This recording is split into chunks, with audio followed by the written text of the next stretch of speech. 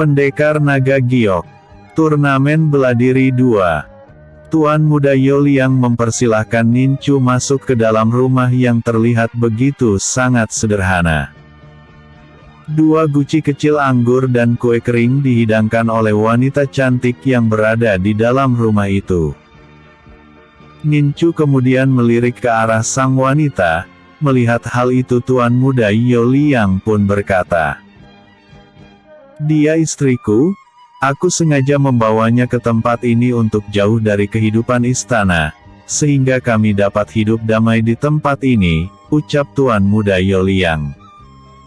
Nincu menganggukkan kepalanya kemudian dia berkata, "Aku mencari simbol darah untuk bergabung ke dalam kelompok pembasmi iblis yang telah kubuat, dan satu simbol itu berada di dirimu karena diagram yang merupakan pusat kekuatan simbol dewa bereaksi saat berdekatan denganmu. Yoliang, aku ingin kau bergabung denganku untuk melengkapi 10 pemilik simbol dewa, agar dapat membentuk formasi kuat dalam menghadapi pasukan dewa iblis kuno yang telah hidup kembali dari kematiannya," ucap Nincu kemudian meneguk anggur yang ada di hadapannya. "Saudara Nincu, aku tak menyangka jika kau merupakan seseorang yang membenci keangkara murkaan yang diciptakan oleh iblis. Aku memang pemilik simbol dewa, dan aku siap bergabung dalam kelompok pembasmi iblis untuk melenyapkan keangkara murkaan di bumi ini," jawab Yoliang. Yoliang kemudian menetaskan darahnya ke dalam diagram, yang membuatnya telah sah bergabung di dalam kelompok pembasmi iblis. "Apa yang menjadi kendala di dalam pelatihan para pemuda di tempat ini?" tanya Nincu. "Keuangan yang menjadi masalahnya. Jika memiliki banyak koin emas maka dengan sendirinya sumber daya yang menjadi penunjang untuk meningkatkan kekuatan para pemuda di tempat ini akan dapat diperoleh," jawab Tuan Muda Yoliang. Nincu menganggukkan kepalanya pelan, mengerti akan kesulitan yang dialami oleh Yoliang untuk meningkatkan kekuatan para pemuda di tempat ini. Nincu kemudian memejamkan matanya dan tak lama kemudian penasehat Biao hadir di tempat itu, yang membuat Tuan Muda Yoliang sangat terkejut. Buru-buru Tuan Muda Yoliang menangkupkan kedua tangan memberi hormat kepada penasehat Biao. "Paman Biao, aku ingin Paman mengajarkan anak muda di tempat ini teknik formasi segel, agar saat peperangan terjadi dengan para iblis, kita mempunyai pasukan penghancur yaitu kekuatan dengan formasi segel," ucap Nincu. Nincu sengaja menyuruh Biao untuk mengajarkan teknik formasi segel kepada para anak muda di sini, karena Nincu tahu jika penasehat Biao merupakan rajanya formasi segel. "Aku akan melaksanakan semua perintah Tuan Muda. Aku pastikan semua pemuda yang ada di tempat ini nantinya akan dapat menggunakan formasi segel," jawab Biao.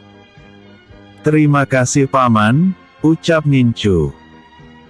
Nincu kemudian mengarahkan pandangannya kepada Tuan Muda Yoliang, dan tak lama kemudian dia pun mengibaskan tangannya, maka segunung kecil koin emas seketika itu memenuhi ruangan. "Pakailah koin emas ini untuk membeli sumber daya bagi peningkatan kekuatan para pemuda di dalam pemukiman ini," ucap Nincu. "Terima kasih Tuan Muda Nincu, aku akan melakukan apa yang Tuan Muda perintahkan," jawab Yoliang. Yoliang sangat tak menyangka jika sosok Nincu yang terlihat muda ternyata begitu sangat ditakuti oleh orang-orang kuat, termasuk penasehat Biao yang merupakan orang terkuat di Istana Phoenix. "Untung saja waktu itu aku tak menyinggungnya hingga membuatnya marah, jika tidak mungkin dalam waktu sekejap pemukiman yang telah kuciptakan ini pasti hancur oleh murkanya," batin Yoliang. Setelah tak ada lagi yang dibahas maka Nincu akhirnya pergi dari tempat itu. Aku ingin kau terus berbenah diri untuk memperkuat seluruh anak muda yang ada di tempat ini. Youliang, aku pasti akan menemuimu kembali, ucap Nincu kemudian menghilang dari tempat itu. Youliang hanya dapat menggelengkan kepalanya melihat kekuatan Nincu yang begitu sangat hebat. Malam hari di Kekaisaran Phoenix, terlihat Putri Zheng Yi, Ninci, Putri Yuan Hua dan Yihan datang menghadap Kaisar Feng Liusan. Yang mulia, aku adalah permaisuri Kekaisaran Cahaya Naga yang saat ini bersama keluarga Kekaisaran Cahaya Naga, ingin bertemu dengan Nincu. Semoga Yang Mulia dapat memberikan izin, ucap Yihan. Kaisar Feng Liusan begitu sangat heran mengapa tiba-tiba saja keluarga Kekaisaran Cahaya Naga mencari Nincu. Ada urusan apa permaisuri Istana Cahaya Naga ingin menemuinya? Tanya sang kaisar. Nincu merupakan adik angkat dari Kaisar Zheng Wu, sekaligus calon suami bagi Putri Zheng Yi yang merupakan adik kandung Kaisar Zheng Wu. Ada banyak pembicaraan yang akan kami bahas dengannya, jawab permaisuri Yihan. Kaisar Feng Liusan sejenak melirik ke arah putrinya yang begitu terkejut mendengar pernyataan dari permaisuri Yihan, mengenai Putri Zheng Yi yang merupakan calon istri Nincu sehingga membuat Kaisar Feng Liusan berkata, untuk sementara waktu Nincu tak bisa diganggu agar dia bisa beristirahat, karena besok dia kembali akan melakukan pertarungan di dalam turnamen yang diselenggarakan oleh kekaisaran ini, jawab Kaisar Feng Liusan menolak keinginan keluarga besar Kekaisaran Cahaya Naga untuk bertemu dengan Nincu. Jika kami semua tak diizinkan untuk bertemu dengan Nincu, maka kami semua mohon diri, ucap permaisuri Yihan. Sementara itu kegagalan untuk bertemu dengan Nincu membuat Putri Zheng Yi sangat kesal, dia pun berencana untuk menemui Nincu langsung saat turnamen bela diri kembali berlangsung. Pagi hari, turnamen bela diri pun telah dibuka kembali, para penonton pertarungan yang meliputi para penduduk kota, kultivator kuat dan berbagai macam kultivator dari 5 kekaisaran besar berkumpul untuk nonton pertarungan yang akan terjadi. Untuk sementara ini Nincu yang mempunyai rating tertinggi yang digadang-gadang sebagai juara dalam turnamen bela diri itu, disusul Dewi Giok dan Erlang Wang. Nincu yang berjalan bersama Tensi dan Virgion, dikejutkan dengan seorang wanita yang tiba-tiba saja memeluk lengannya. Kak Nincu, ucap wanita itu dengan ceria. Putri Zheng Yi, apa yang kau lakukan? Lepaskan pelukanmu ini karena saat ini banyak pandangan mata yang melihat ke arah kita, ucap Nincu. Biarkan saja Kak. Biar mereka semua tahu jika kau adalah milikku, jawab Putri Zheng Yi tanpa sedikit pun canggung menghadapi Nincu. Tensi, Virgion, kalian pergilah dahulu, jika sudah sampai giliranku untuk bertarung maka panggillah aku dengan kontrak darah yang ada pada kalian, ucap Nincu. Baik Tuan Muda, jawab Tensi dan Virgion bersamaan.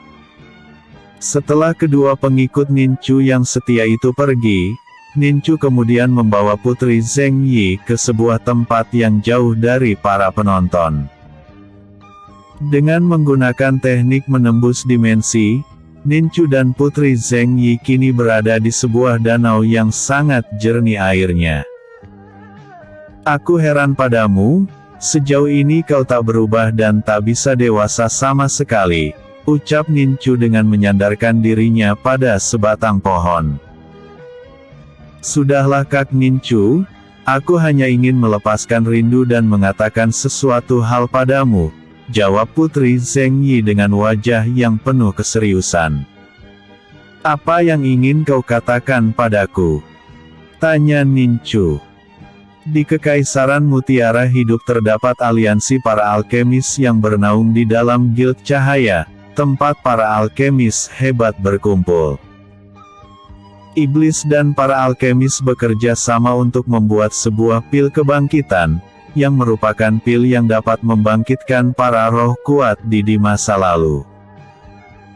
Aku dan Dewi Giok pernah menyelidiki hal itu, namun sayang tabir yang menyelimuti Guild Cahaya begitu sangat kuat sehingga kami tak bisa menembusnya. Kemampuan Dewi Giok yang paling terkuat di Akademi Bulan Suci tak bisa berbuat banyak. Dengan kekuatan yang dimilikinya dia hanya mampu melihat jika di guild itu kini telah membuat sebuah pil untuk membangkitkan para jenderal iblis di masa lalu. Jika pil itu sampai tercipta maka kekuatan para iblis akan semakin kuat, jawab sang putri. Nincu meremas tinjunya menahan amarah dan kegelisahan di hatinya. Jika para jenderal iblis di masa lalu bangkit kembali maka semakin kecil peluang bagi peradaban manusia untuk bisa bertahan di alam dunia ini. Aku harus secepatnya ke alam cahaya rembulan dan ke alam cahaya mentari, agar dapat menghimpun kekuatan besar di sana, batin Nincu. Apakah kau tahu posisi tempat tirai yang melindungi Guild Cahaya berada? Tanya Nincu. Kak Nincu. Aku tak bisa mengetahuinya secara pasti, yang jelas guild itu berada di tengah hutan lebat di pinggiran Kekaisaran Mutiara Hidup. Hanya Dewi Giok yang mengetahui secara pasti tempat keberadaan guild tersebut, jawab Putri Zhengyi. Aku harus secepat mungkin menemui Dewi Giok untuk mengetahui keberadaan guild tersebut, batin Nincu. Kita kembali ke turnamen, karena sudah waktunya bagiku untuk kembali naik ke arena pertarungan, ucap Nincu. Bersambung. Lagi demam kak, belum bisa nulis banyak. Episode sebelumnya. Turnamen Beladiri 1. Episode berikutnya. Turnamen Beladiri 3. Beladiri 3. Nincu kini berada di arena pertarungan, dan yang dihadapinya kali ini adalah Dewi Giok. Seluruh penonton yang ada di tempat itu terlihat sangat tegang, karena Nincu dan Dewi Giok merupakan dua orang kultivator yang diunggulkan dalam turnamen besar itu. Akhirnya kita bertemu di atas arena pertarungan ini.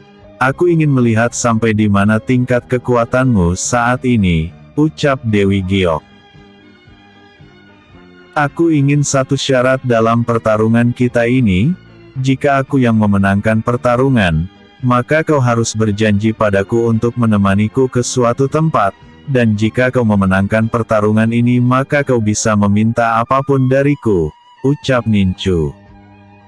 Jika aku meminta nyawamu, apakah kau akan memberikannya? Tanya Dewi Giok. Aku pasti akan memberikannya, jawab Nincu. Baik. Aku akan menyetujui syarat itu, ucap Dewi Giok. Dewi Giok langsung menyerang ke arah Nincu dengan pedang perak di tangannya. Kecepatannya pun sangat luar biasa, yang tak dapat dilihat oleh mata biasa. Walaupun demikian, Nincu masih sangat mudah untuk menghindari serangan bertubi-tubi yang tertuju ke arahnya, apalagi saat ini pedang penguasa malam telah berada di dalam genggaman tangannya. Langkah bayangan yang digunakan Nincu, mampu mengimbangi kecepatan serangan Dewi Giok. Melihat hal itu Dewi Giok semakin meningkatkan daya serangnya ke arah Nincu. Jual beli serangan terjadi di atas arena pertarungan, sehingga membuat percikan bunga api bertaburan di udara saat kedua senjata saling berbenturan. Apa yang mereka berdua sajikan di atas arena, menimbulkan decak kagum para penonton yang menyaksikan pertarungan itu. Putri Violin yang menyaksikan pertarungan itu mulai merasa bimbang, dengan langkah apa yang harus dilakukannya terhadap perjodohannya dengan Nincu. Dengan kekuatan yang dimiliki Ninchu membuat hatinya perlahan-lahan mulai terbuka, apalagi melihat ketampanan Ninchu sehingga membuat beberapa wanita cantik maupun putri dari kekaisaran lain terpesona kepadanya. Aku sadar ayah menjodohkanku dengan Ninchu, karena ayah telah mengetahui bakat dan kekuatan Ninchu sebelumnya, yang memiliki kemampuan di atas rata-rata kultivator muda di dunia ini. Jika aku menikah dengannya maka para iblis akan memperhitungkan untuk menyerang kekaisaran Phoenix, dan aku rasa aku harus menerima perjodohan itu, batin Putri Violin.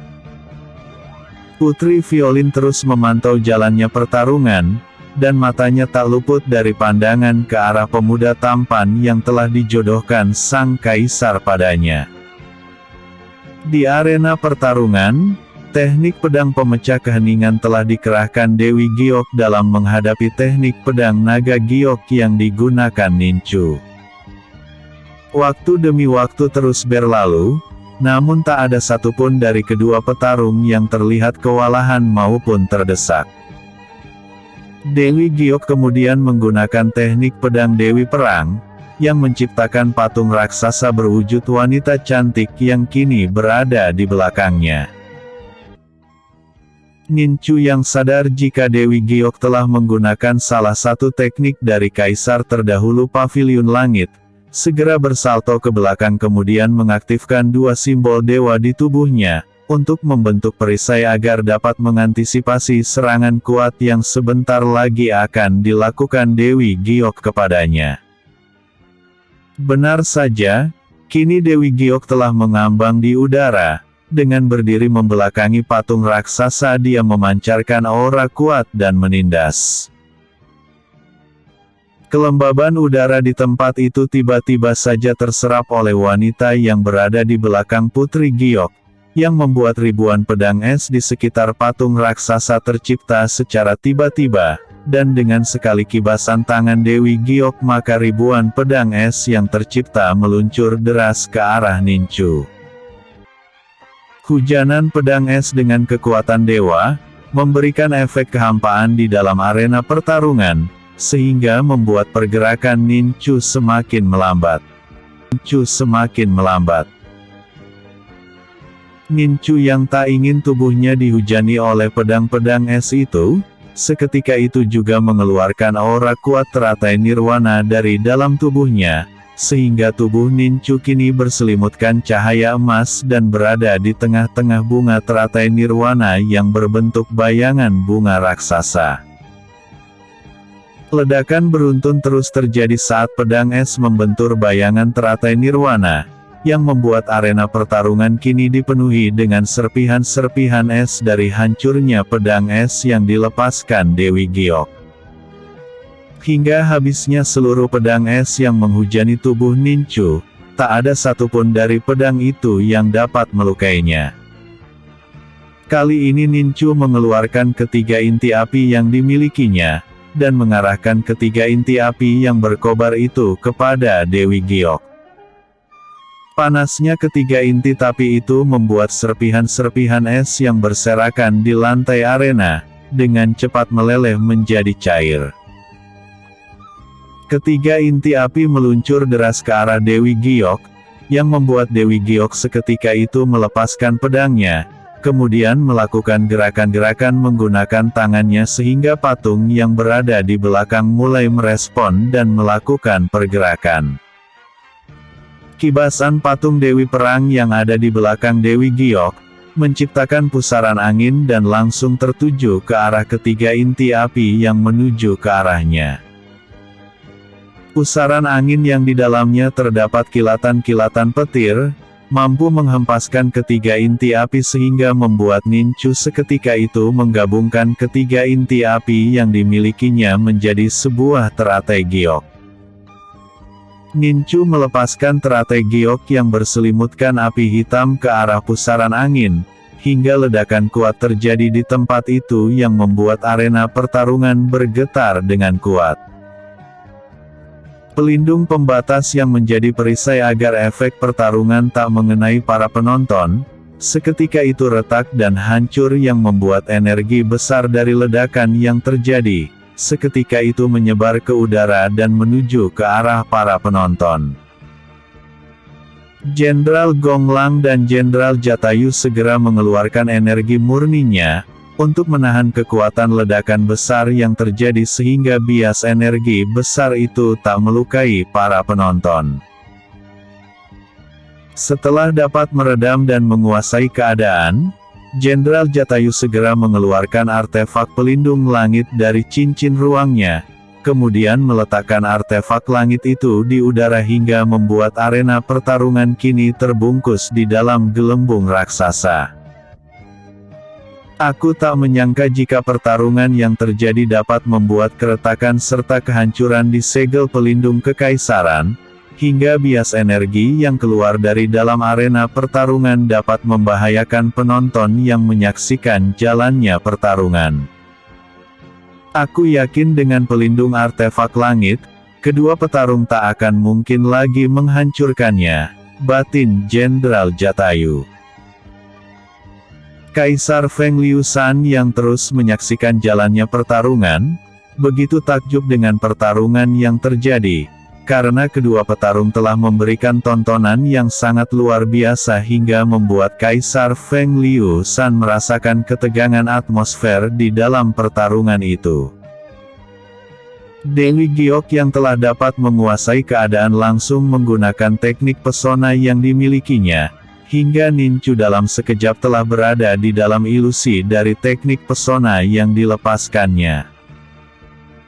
Dewi Giok langsung melakukan serangan bertubi-tubi saat melihat adanya kesempatan baik dalam melakukan penyerangan, yaitu terkenanya Nincu dengan teknik pesona yang dilepaskannya. Namun tiba-tiba keadaan berubah, kini Dewi Giok berada di tempat yang sama sekali tak dikenalnya, karena semua yang berada di tempat itu mengeluarkan cahaya keemasan. Celaka! Mengapa malah aku yang terkena di dalam ilusi yang diciptakan oleh Nincu? Batin Dewi Giok yang merasakan jika dirinya saat ini telah berada di dalam kekuasaan ilusi Nincu. Bersambung. Episode sebelumnya.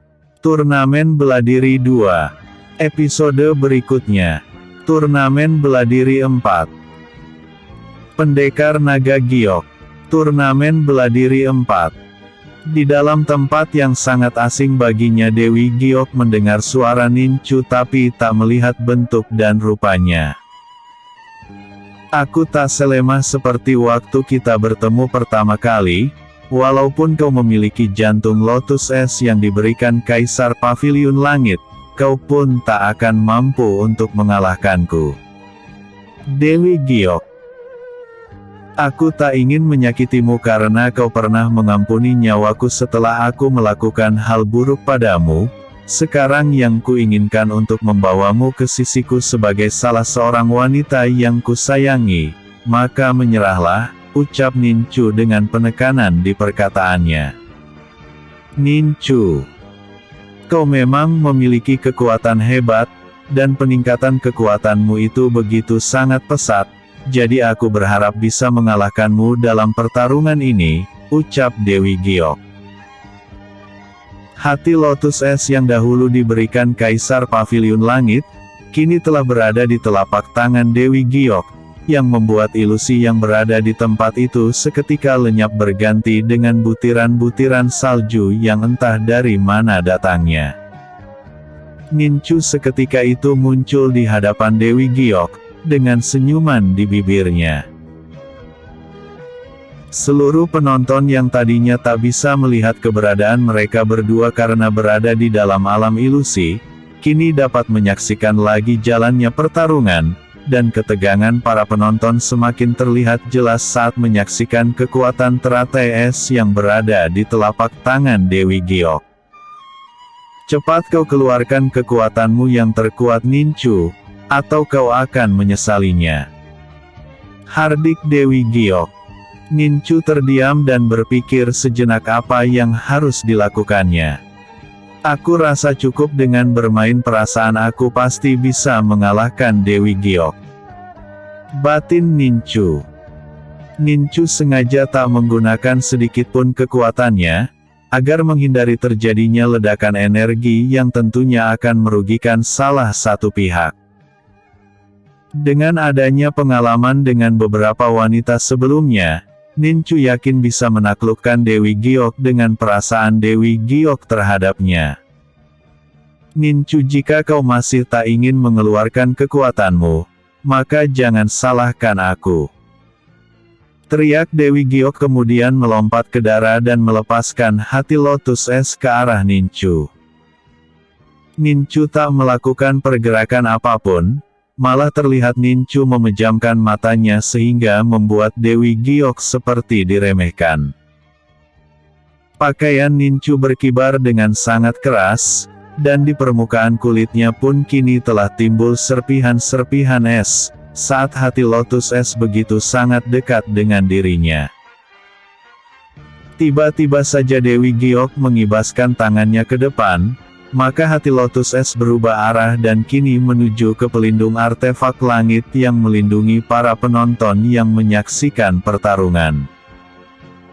Pelindung artefak langit berbenturan dengan hati Lotus Es, yang membuat pelindung artefak langit membeku, dan tiba-tiba saja, prak!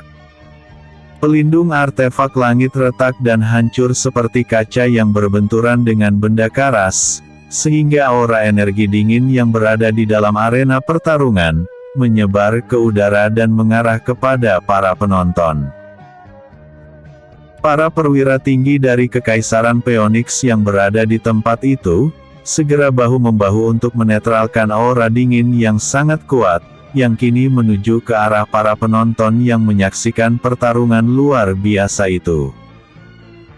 Pada akhirnya para perwira tinggi mampu menetralkan aura dingin yang penyebar di udara, sehingga membuat mereka semua dapat bernapas dengan lega. Jenderal Jatayu begitu sangat terkejut melihat artefak langit miliknya hancur di tangan seorang wanita dari Kekaisaran Mutiara Hidup. Kekuatan wanita itu begitu sangat hebat, belum tentu aku mampu untuk mengalahkannya, batin Jenderal Jatayu. Tiba-tiba saja Jenderal Gonglang mendekat ke arah Jenderal Jatayu sambil berkata, "Sudahlah, kau tak usah pikirkan lagi artefak pelindung itu karena yang menghancurkan artefak itu merupakan salah satu wanita tuan muda kita. Mungkin saat ini Dewi Giok tengah kesal kepada tuan muda kita sehingga amarahnya begitu meluap-luap.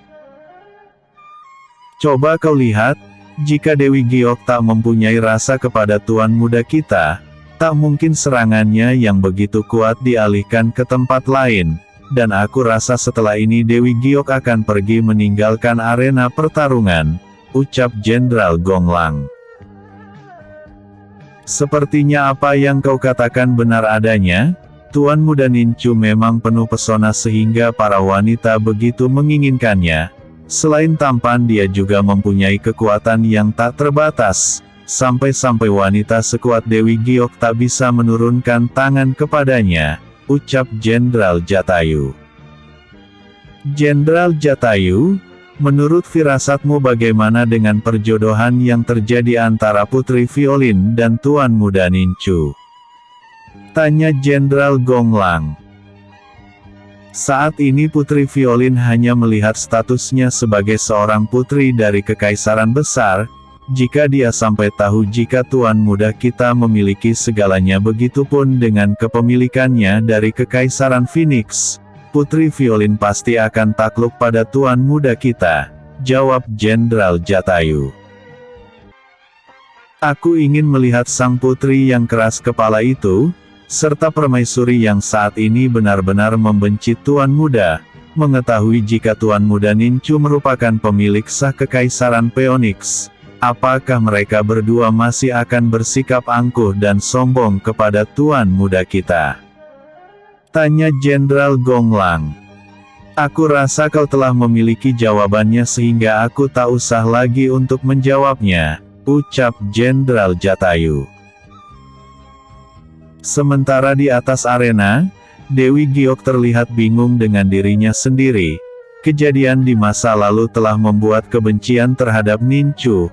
Akan tetapi kebencian itu telah menumbuhkan benih-benih cinta di hatinya tumbuh, sehingga membuat Dewi Giok memilih meninggalkan arena pertarungan. Semua penonton yang menyaksikan pertarungan seakan tak percaya dengan apa yang dilihatnya di atas arena pertarungan. Dewi Giok yang telah nyata memenangkan pertarungan memilih untuk meninggalkan arena pertarungan, sehingga kemenangan akhirnya jatuh kepada Ninchu. Putri violin yang berada di atas podium begitu sangat heran dengan apa yang terjadi, sehingga putri violin mengambil kesimpulan jika Dewi Giok mempunyai hubungan asmara dengan Ninchu. Sementara itu setelah turun dari arena pertarungan, Dewi Giok melesat cepat menuju ke hutan Kekaisaran Phoenix.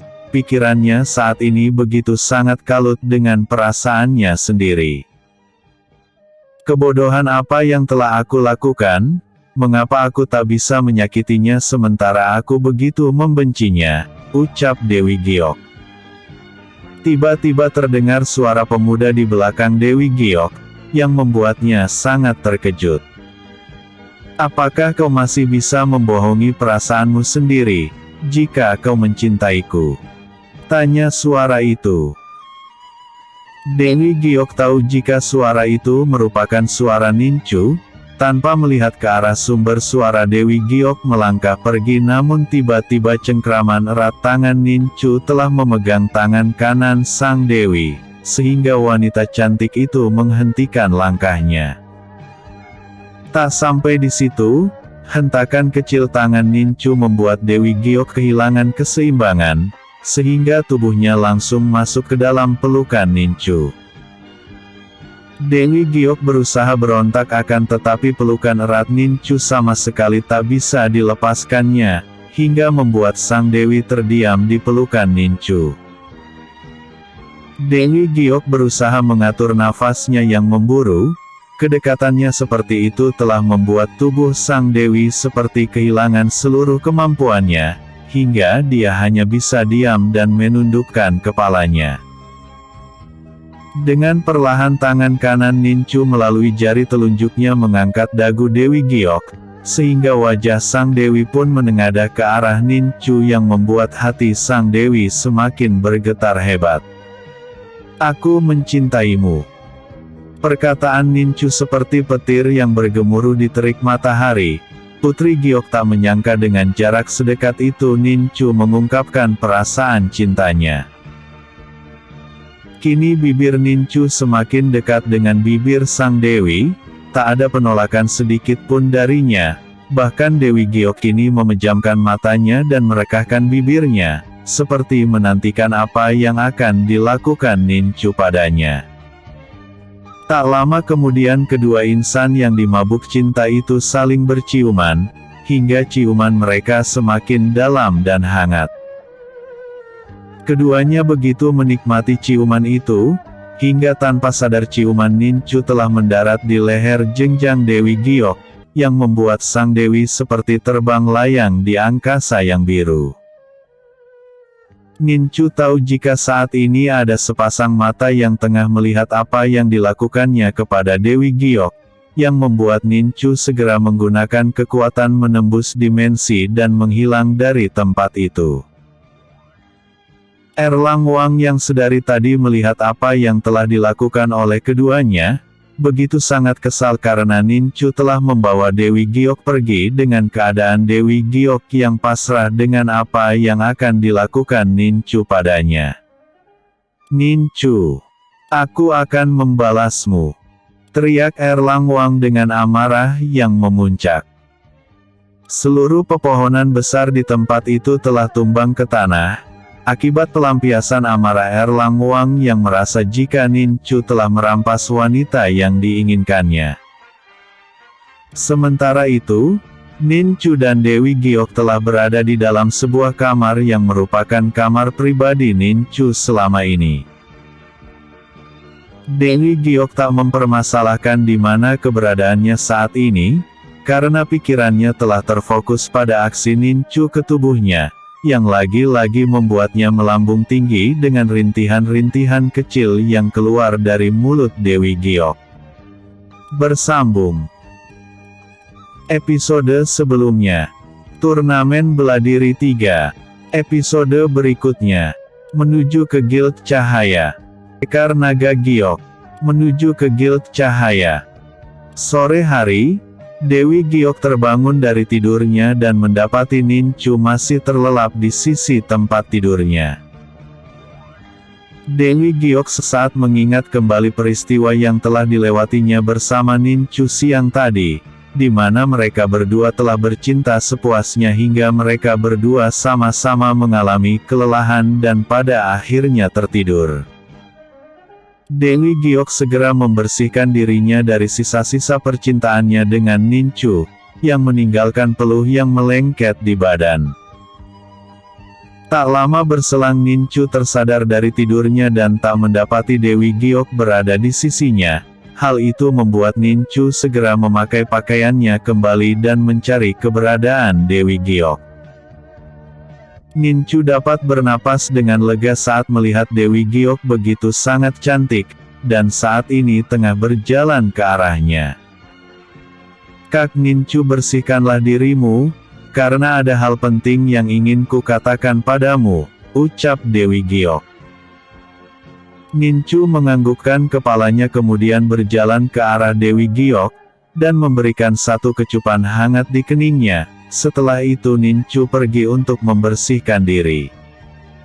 Dewi Giok memandang kepergian Nincu sampai tubuhnya hilang dari pandangan matanya. Dewi Giok sama sekali tak menyangka jika dia akan jatuh ke dalam pelukan pemuda tampan yang kini telah menjadi kekasihnya, dan dia sangat menyesali telah menolak Nincu waktu berada di Paviliun Langit, sehingga dia harus bersaing dengan para wanita cantik lainnya yang juga merupakan wanita yang dekat dengan Nincu.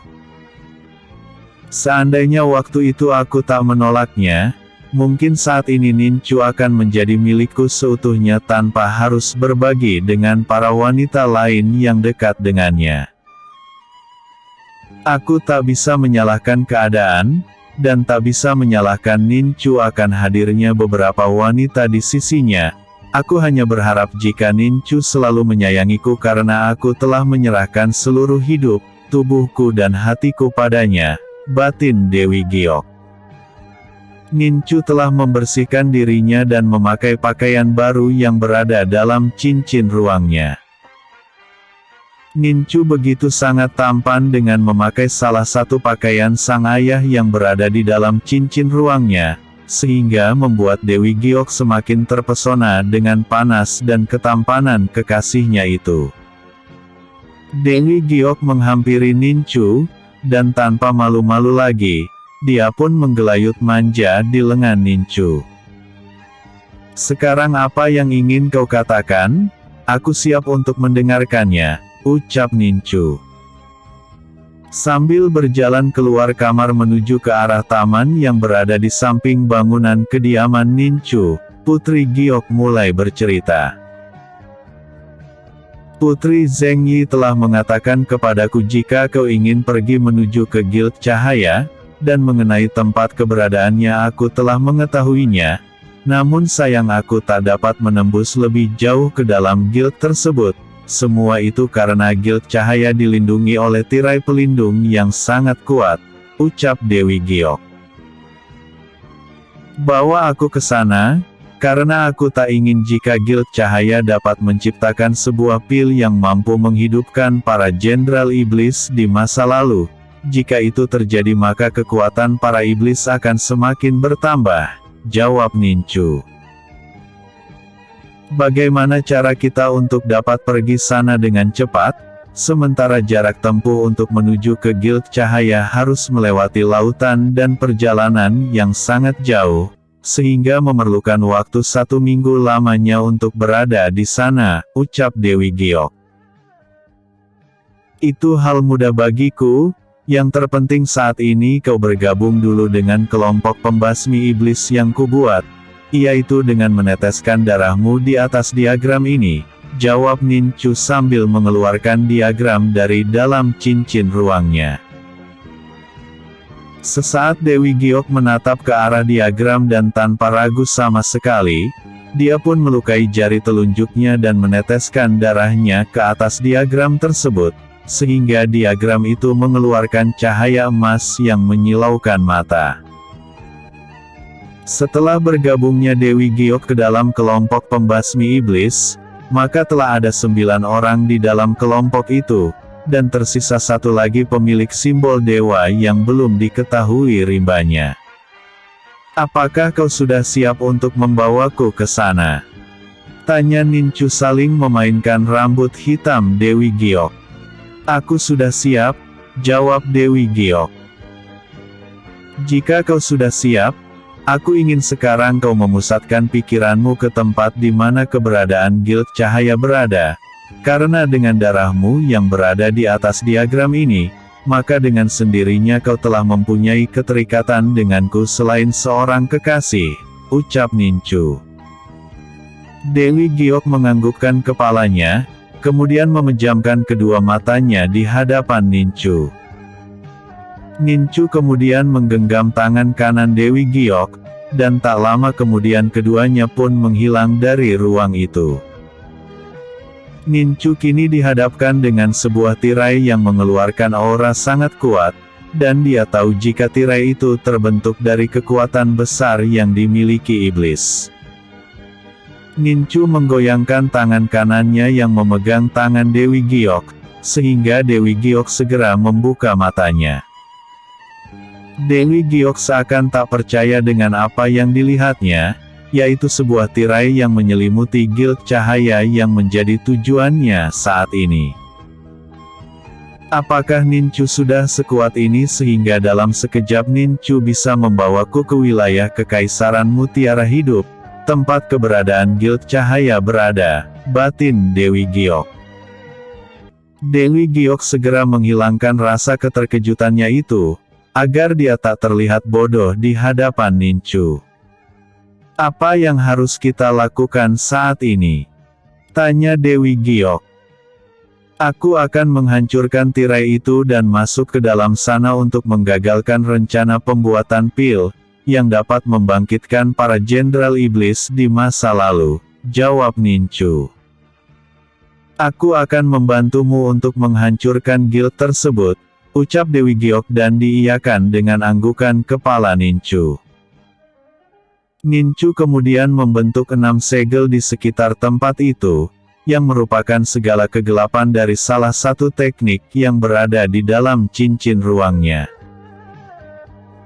Tak lama kemudian, Nincu mengeluarkan pedang penguasa malam dari dalam tubuhnya, dan mengalirkan kekuatan ilahi 4 unsur alam ke dalam pedang tersebut, sehingga warna hitam daripada penguasa malam kini berubah menjadi warna putih yang merupakan kekuatan besar dewa ilahi. Nincu segera mengeluarkan kekuatan teratai nirwana, dan diarahkannya kepada Dewi Giok sehingga sang dewi saat ini berada di tengah-tengah bayangan teratai raksasa. Aku ingin kau terus berada di dalam bunga teratai ini untuk sementara waktu sampai tirai tersebut hancur, agar dapat melindungimu dari benturan energi yang akan terjadi sebentar lagi, ucap Nincu. Dewi Giok menganggukkan kepalanya, menuruti perkataan dari Nincu. Setelah melindungi Dewi Giok dari benturan energi besar yang akan terjadi, Nincu pada akhirnya melompat ke udara dan menghantamkan pedang penguasa malam ke arah tirai pelindung. Sebuah cahaya berbentuk bulat sabit menghujam ke arah tirai pelindungi Guild Cahaya, sehingga benturan energi pun tak dapat dihindarkan yang membuat seluruh area sekitar tempat itu menjadi bergetar hebat. Tirai pelindung perlahan-lahan mulai retak, dan tak lama kemudian ledakan keras terjadi saat hancurnya tirai pelindung. Pepohonan dan semak belukar serta apapun di sekitar tempat itu ini rata dengan tanah akibat gelombang kejut yang tercipta saat itu. Dewi Giok menatap takjub pada kekasihnya, dia tak menyangka jika Ninchu mempunyai kekuatan sehebat itu. Hancurnya tirai pelindung membuat pasukan iblis berdatangan dan langsung menyerang ke arah Ninchu dan Dewi Giok, sehingga pertarungan pun terjadi. Ninchu tak menyangka jika bangunan Guild Cahaya dipenuhi dengan para prajurit iblis, perwira iblis dan beberapa jenderalnya, serta kultivator kuat, yang ikut berada di tempat itu untuk melindunginya. Ninchu segera menapakkan kedua tangannya ke tanah, dan 6 segel yang telah dibuat sebelumnya kini telah aktif sehingga memuntahkan ribuan tengkorak putih dari dalamnya. Prajurit tengkorak putih itu langsung menyerbu seluruh pasukan iblis, dengan cara menabrakkan dirinya. Ledakan susul-menyusul terjadi saat tengkorak putih berhasil menabrak para pasukan iblis, sehingga suara kematian pun terdengar di mana-mana. Jangan kalian sentuh tengkorak putih itu, hancurkan dari jarak jauh. Teriak salah seseorang perwira iblis. Wuxian. Desis Ninchu saat melihat Wuxian telah bergabung dengan pasukan iblis. Bersambung. Episode sebelumnya. Turnamen Beladiri 4. Episode berikutnya. Dewi Giok terluka. Dewi Giok terluka. Ribuan prajurit tengkorak putih kini tak bisa merapat ke arah pasukan iblis, karena pasukan pemanah dari Guild Cahaya terlebih dahulu telah menghancurkan mereka semua, dan juga telah menghancurkan segel kegelapan yang terbentuk. Kak Ninchu, mereka sangat banyak jumlahnya, akan sulit bagi kita berdua untuk melawan mereka apalagi jika harus menghancurkan Guild Cahaya, ucap Dewi Giok. Belum sempat Ninchu menjawab perkataan Dewi Giok, ribuan anak panah yang dilepaskan pasukan iblis telah menuju ke arah mereka berdua. Ninchu lalu menggerakkan tangannya dengan mengeluarkan kekuatan ilahi hukum angin, sehingga ribuan anak panah seketika itu berbalik arah dan menyerang ke arah pasukan iblis. Jerit kematian terdengar di mana-mana saat anak panah itu menembus tubuh para pasukan iblis. Dewi Giok semakin tercengang melihat kekuatan yang dimiliki Ninchu. Dia tak menyangka jika anak panah itu dapat ditaklukkannya hanya dengan gerakan kecil tangannya. Dengan melihat semua kekuatan terpesembunyi yang dimiliki Ninchu, membuat Dewi Giok semakin yakin jika kemampuan Ninchu telah berada jauh di atasnya. Tiba-tiba saja Ninchu menghantamkan telapak tangannya tanah, sehingga portal menuju ke alam reruntuhan binatang iblis seketika itu terbuka. Kurama dan pasukan serigala iblis kuno berhamburan keluar dari dalam portal tersebut, dan langsung menyerang ke arah pasukan iblis yang berada di tempat itu. Dewi, apa yang kau lamunkan? Ayo kita habisi mereka, ucap Ninchu. Iya. Jawab Dewi Giok terbata-bata, karena sangat terkejut melihat banyaknya serigala raksasa yang membantu mereka menghadapi pasukan iblis.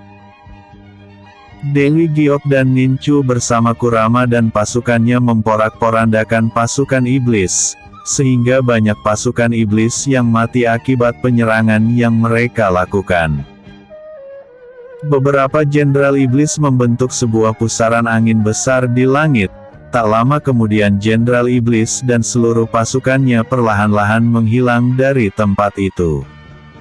Pengecut! Teriak Kurama melihat para iblis telah melarikan diri dari tempat itu. Kurama begitu sangat kesal karena para iblis telah menyerang tuan mudanya dengan pasukan besar, yang tentunya akan sangat berbahaya bagi keselamatan tuan mudanya. Bagaimana keadaan Anda, tuan muda? Tanya Kurama. Kami berdua dalam keadaan baik-baik saja, terima kasih atas bantuanmu, jawab Ninchu. Tak usah sungkan begitu tuan muda, jika tuan muda dalam masalah maka panggillah aku secepatnya, ucap Kurama. Nincu menganggukkan kepalanya, dan tak lama kemudian menatap ke arah Dewi Giok. Kurama dapat mengerti dengan keadaan, dia tak ingin mengganggu kebersamaan tuan mudanya dengan seorang wanita cantik, yang sebelum ini tak pernah dilihatnya bersama tuan mudanya. Karena tak ada lagi yang bisa kulakukan di tempat ini, maka kami semua akan kembali ke alam reruntuhan, ucap Kurama. Terima kasih Kurama. Hanya itu kata yang keluar dari mulutnya Nincu, dan tak lama kemudian Kurama beserta pasukannya masuk kembali ke dalam portal, hingga portal itu pun lenyap tak berbekas. Kak Nincu, binatang roh seperti apa yang baru saja kulihat tadi? Dia berbicara layaknya seorang manusia, tanya Dewi Giok. Dia merupakan Raja Serigala Iblis kuno, yang telah hidup di zaman dahulu, yang memiliki kemampuan setingkat binatang dewa surgawi. Pantas saja kekuatan yang dimilikinya begitu sangat hebat, dan pasukannya seperti tak bisa mati. Aku melihat beberapa dari pasukan Serigala Iblis kuno terpotong menjadi dua bagian oleh pasukan iblis. Akan tetapi tubuh mereka dapat menyatu kembali dan menjadi sangat ganas, ucap Dewi Giok. Sudahlah, lebih baik kita menuju ke Guild Cahaya untuk mencari pil yang telah mereka buat, ucap Nincu. Baik Kak Nincu, ayo kita ke sana, jawab Dewi Giok. Mereka berdua pada akhirnya melesat cepat menuju ke Guild Cahaya, dan mendapati tak ada satupun kehidupan di dalam ruangan besar itu.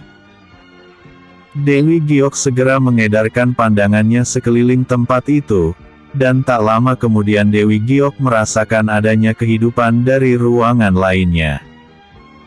Kak Nincu, aku merasakan adanya kehidupan di ruangan itu, ayo kita ke sana, ucap Dewi Giok. Langkah Dewi Giok tertahan saat Nincu segera memegang tangannya. Kau jangan ceroboh, aku merasakan jika aura kehidupan yang kau rasakan memiliki aura gelap yang sangat mematikan. Kita harus berhati-hati dalam bertindak, jangan sampai para iblis itu meninggalkan jebakan bagi kita, ucap Nincu. Maafkan aku Kak Nincu, jawab Dewi Giok. Nincu berjalan di depan untuk menuju ke tempat keberadaan aura kehidupan di dalam ruangan lainnya. Di ruangan itu terlihat banyak alkemis yang telah mati dengan kondisi yang sangat menyedihkan, dan terlihat ada seorang alkemis yang masih hidup sehingga membuat Nincu langsung menghampirinya. Nincu melihat kondisi tubuh alkemis itu, namun tiba-tiba alkemis itu mendekat dan membisikkan sesuatu di telinganya. Mereka telah membawa 10 pil obat yang mampu menghidupkan Jenderal Iblis di masa lalu, Tuan. Aku ingin kau menghancurkan ke-10 pil itu, jika tidak peradaban manusia di muka bumi akan terancam, ucap sang alkemis kemudian ambruk ke tanah dengan nyawa yang tak bisa tertolong lagi. Nincu yang terfokus dengan alkemis yang berada di dekatnya, tiba-tiba dikejutkan ketika jeritan Dewi Giok. Terlihat luka sayatan di lengan kiri Dewi Giok yang mengeluarkan darah berwarna merah kehitam-hitaman, yang menandakan jika Dewi Giok tengah terkena racun. Melihat hal itu Nincu langsung menotok aliran darah di lengan kiri Dewi Giok, agar racun tak menjalar ke seluruh tubuhnya. Terlihat Dewi Giok terkulai lemas, dan pikirannya saat ini dipenuhi halusinasi yang membuatnya semakin terpuruk. Nincu mendekap tubuh Dewi Giok dengan tangan kirinya, sementara tangan kanannya memegang pedang penguasa malam. Aku merasakan adanya aura binatang buas di tempat ini, dan kurasa binatang itu yang telah menyerang Dewi Giok secara diam-diam. Binatang buas itu sangat hebat karena dia bisa melukai Dewi Giok. Aku harus segera pergi dari tempat ini jika tidak keselamatan Dewi Giok akan terancam, batin Nincu. Tiba-tiba saja serangan sangat cepat datang ke arahnya, yang membuat Ninchu langsung menangkis menggunakan pedang penguasa malam. Ninchu sangat terkejut dengan serangan yang begitu kuat, sehingga pedang penguasa malam terlepas dari genggaman tangannya. Ninchu yang sangat mengkhawatirkan Dewi Giok segera menggunakan teknik menembus dimensi, untuk meninggalkan tempat itu walaupun pedang penguasa malam masih berada di sana. Ninchu tiba di kediamannya, dan di sana telah berdiri Jenderal Gonglang dan Jenderal Jatayu yang sebelumnya memang telah dipanggilnya. Dewi Giok terkena racun, dan aku ingin kalian mendeteksi racun apa yang telah berada di tubuhnya, ucap Ninchu. Jenderal Jatayu yang merupakan jelmaan binatang Dewa Surgawi, langsung mengetahui binatang apa yang telah menyerang Dewi Giok. Tuan muda, racun di tubuh Dewi Giok merupakan racun dari binatang kadal bulan. Binatang ini dapat merubah wujudnya menjadi apapun juga, termasuk dapat meniru seorang manusia sama seperti aslinya. Kadal bulan termasuk binatang Dewa Surgawi sama seperti kami berdua, dan racun di tubuhnya dapat membuat halusinasi yang perlahan-lahan mematikan dengan membekukan darah di tubuh korbannya, jawab Jenderal Jatayu. Ternyata kadal bulan telah bersekutu dengan iblis. Aku akan melenyapkannya setelah Dewi Giokku sembuhkan, ucap Ninchu. Tuan muda, kadal bulan termasuk binatang Dewa Surgawi yang tak mau diatur, apalagi terikat dengan sebuah kontrak darah. Racun di tubuh Dewi Giok takkan pernah dapat disembuhkan oleh apapun juga, walaupun dengan menggunakan kekuatan teratai Nirwan. Hanya dengan mengalahkan kadal bulan baru bisa mendapatkan penawar untuk racun di tubuh Dewi Giok, timpal Jenderal Gonglang. Ninchu menarik nafasnya dengan kuat dan menghembuskannya sambil berkata, "Berapa lama waktu bagi Dewi Giok bisa bertahan dari racun itu?" tanya Ninchu. Karena Dewi Giok memiliki kekuatan tak terbatas, dia hanya mampu bertahan 3 hari dan setelah melewati waktu 3 hari, Dewi Giok pasti akan mati, jawab Jatayu. Bersambung. Episode sebelumnya. Menuju ke Guild Cahaya. Episode berikutnya. Kadal bulan.